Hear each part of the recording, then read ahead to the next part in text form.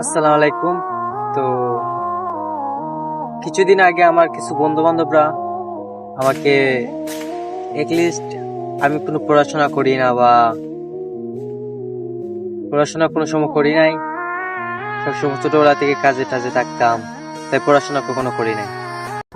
আর আমার বন্ধু বান্ধবরা পড়াশোনা করে কেউ 8-এ 9-এ 10-এ এসএসসি পরীক্ষা দিছে, এরকম ভাবে পড়াশোনা করতেছে।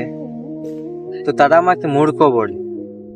দেখ ভাই শোন, একটা যুগ ছিল, সে যুগে মূর্খ মানুষরা থাকতো 100% থেকে মূর্খ মানুষটাই ছিল 80%।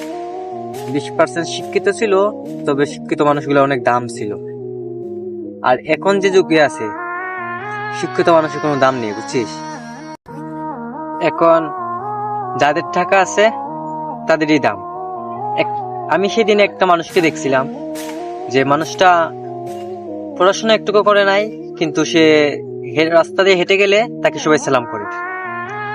তার আর কোনো কারণ নেই, একটাই কারণ, তার অনেক টাকা আছে, বাড়ি ঘর আছে, অনেক জায়গা সম্পত্তি আছে।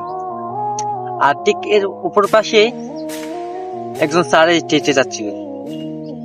সে যেহেতু স্যার শিক্ষিত, তার টাকা পয়সা নেই, সে হেঁটে যাচ্ছিল, তাকে কেউ সালামও দিচ্ছে না, চোখেও মাতাচ্ছেও না। আর সে মূর্খ জাতিটা যখন হেঁটে যাচ্ছিল, তখন মানুষের সালাম দিয়েছে, ভালো মন্দ কথা বলেছে, একসাথে বসে চাও খেয়েছে, কিন্তু সেই শিক্ষিত মানুষটা কেউ দাম দেয়নি। তাই এই যুগে টাকাই হচ্ছে সব।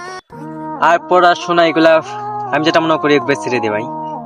টাকা ইনকাম কর, টাকা ইনকাম করলে তো সম্মান কি বলবো, সম্মান তোকে এসে ধরা দিবে, সম্মান তোর কামাতে হবে না ভাই।